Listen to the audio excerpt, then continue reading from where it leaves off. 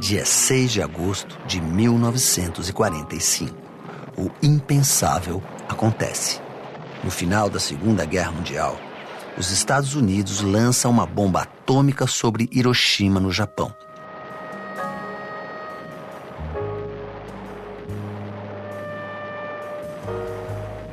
140 mil pessoas morrem imediatamente.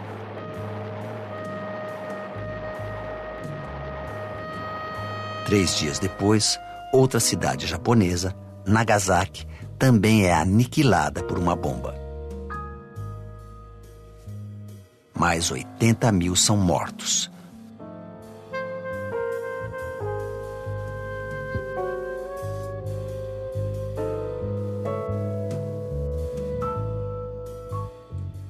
Dor, desespero, horror.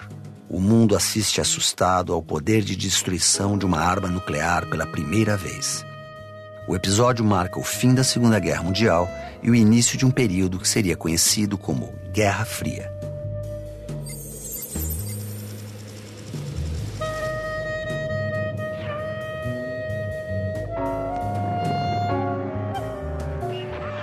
O mundo ainda estava em guerra quando os líderes dos países envolvidos participaram de conferências secretas. O objetivo era assegurar o fim rápido da Segunda Guerra e repartir o poder sobre os territórios.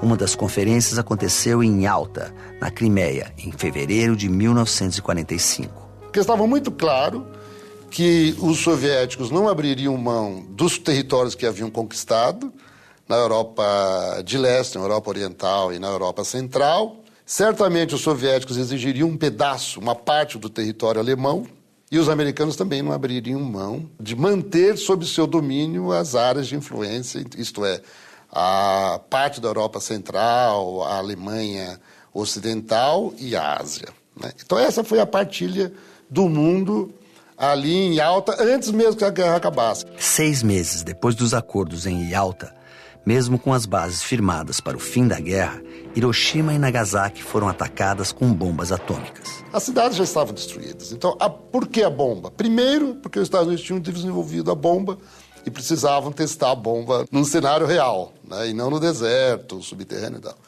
E segundo, para deixar muito claro para o Japão que a partir dali os Estados Unidos seriam a potência dominante naquela região. Muitos teóricos hoje dizem que, na verdade, a bomba atômica sobre Hiroshima e Nagasaki foi um recado dos Estados Unidos para a União Soviética. Um recado dizendo o seguinte: olha, nós queremos cuidar da Europa Ocidental. Se vocês fizerem a revolução e colocar governos comunistas na França e na Itália, por exemplo, a próxima bomba atômica vai ser contra Moscou. Quer dizer, isso daí mostra, inclusive, que a população japonesa foi utilizada como bode expiatório.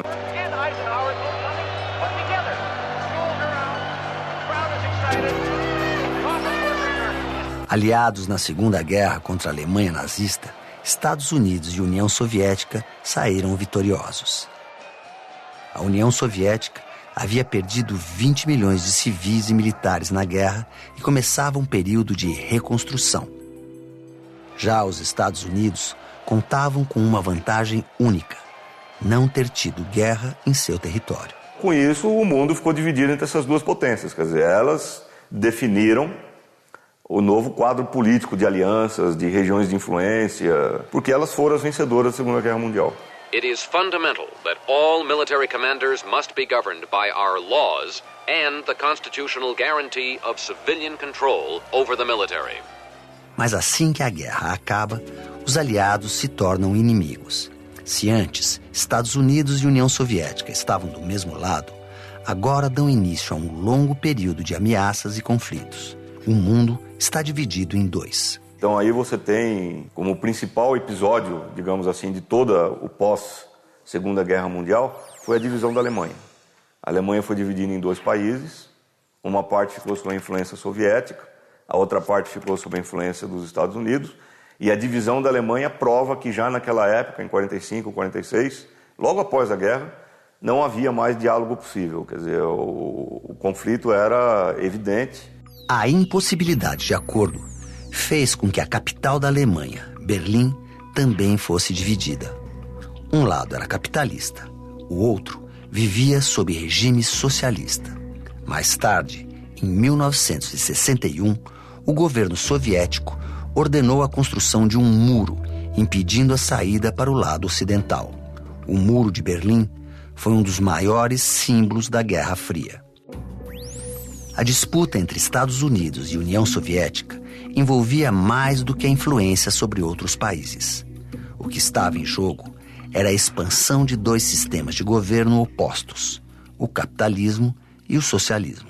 O modelo capitalista tinha mais abundância, mais diversidade na economia, mas era mais desigual. O modelo socialista, ele era mais igualitário, mas ele tinha menos abundância.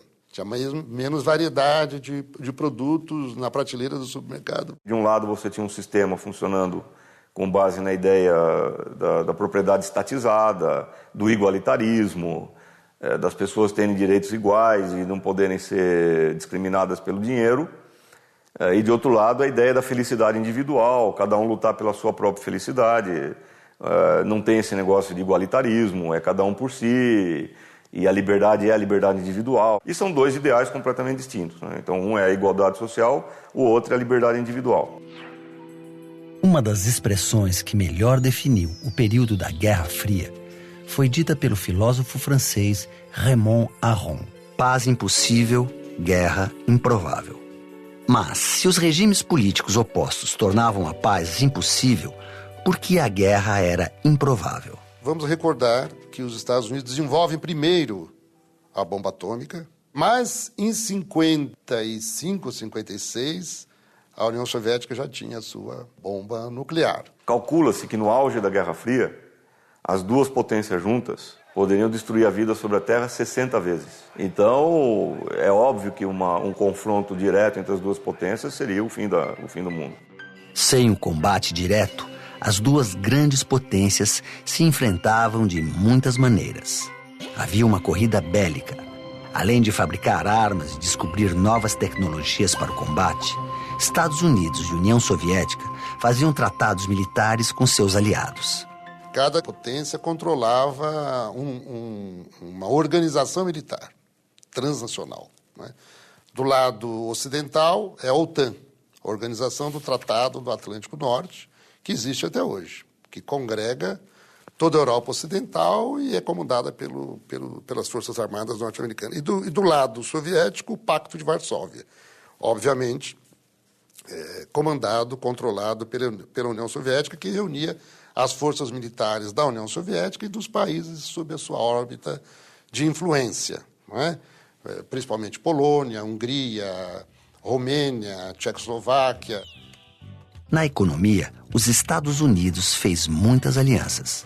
Financiou a recuperação da indústria da Europa Ocidental e do Japão. As empresas norte-americanas começaram a instalar indústrias em países da América Latina.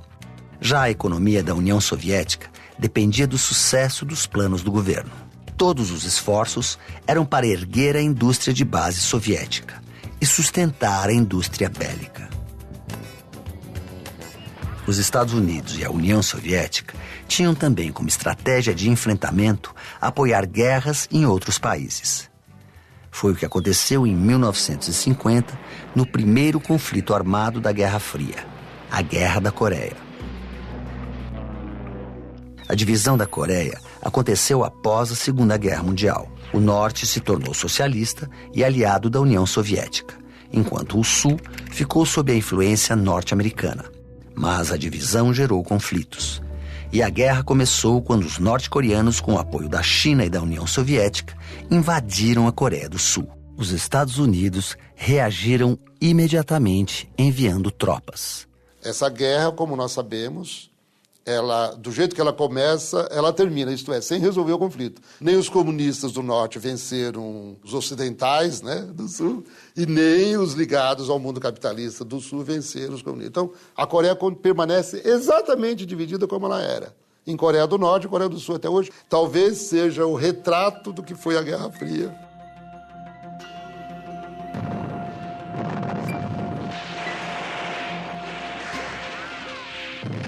Durante a Guerra Fria, o cinema norte-americano também travou seus próprios combates. O Departamento de Defesa dos Estados Unidos apoiou várias produções que enalteciam o heroísmo americano. Porque o cinema molda valores, ela cria cultura de massa. Então a cultura de massa surge com o cinema. E do ponto de vista cultural, aí é que eu acho que houve uma disputa desigual. Porque os Estados Unidos, né, já tinham na Segunda Guerra Hollywood. Tanto é que se você se baseia só em Hollywood para aprender sobre a Segunda Guerra, dá a impressão que os Estados Unidos lutaram sozinhos contra os alemães. O cinema de Hollywood, ele omite, né, o heroísmo da União Soviética, sem o qual o desfecho da Segunda Guerra teria sido outro. Nas décadas seguintes, Hollywood criou muitos heróis para combater as ideias socialistas.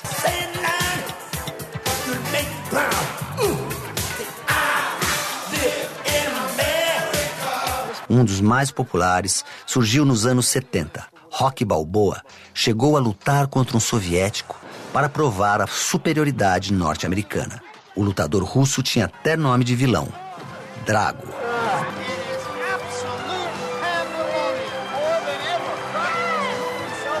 Hollywood passava a ideia de que tinham dois lados na Guerra Fria. Um lado era o bem e o outro lado era o mal. Quem era o bem? O bem é o capitalismo, a felicidade individual, a preocupação do indivíduo só com ele mesmo, a chamada democracia ocidental, tudo isso era o bem. Quem que era o mal? O mal era o comunismo, o igualitarismo, esse sistema monstruoso. E, na verdade, a gente sabe hoje que não existe bem e mal. Quer dizer, você tem os dois lados, tem grandes problemas. Depois do cinema, foi a vez da televisão americana ampliar seu alcance e exportar os valores americanos por meio de séries e desenhos animados. A TV foi uma arma de propaganda poderosa durante a Guerra Fria. De fato, a tal da revolução de massas, da cultura de massas, pelo cinema e pela TV, eu acho que essa revolução se espraiou. O que essa cultura levava, né? Ideias que são clássicas da política, né? Direitos humanos, então o direito das pessoas pensarem livremente, agirem livremente, se organizarem em partidos, expressarem os seus pontos de vista. Essa ideia da liberdade, ela era muito associada ao mundo ocidental e propagandeada pelos meios de comunicação. E que a cultura socialista não chegava a nós. Nós, jovens da época, estudantes, por exemplo, nós não tínhamos acesso ao que era a vida no socialismo. Como é que era a vida na União Soviética, como é que era a vida na Tchecoslováquia, na Polônia, na China. A disputa entre norte-americanos e soviéticos acontecia até mesmo no espaço. A União Soviética saiu na frente. Em abril de 1961, o russo Yuri Gagarin foi o primeiro homem a viajar entre as estrelas. A bordo do Vostok 1, Gagarin disse a frase que o tornaria famoso: "A Terra é azul". O astronauta viajou o mundo divulgando os avanços do programa espacial soviético.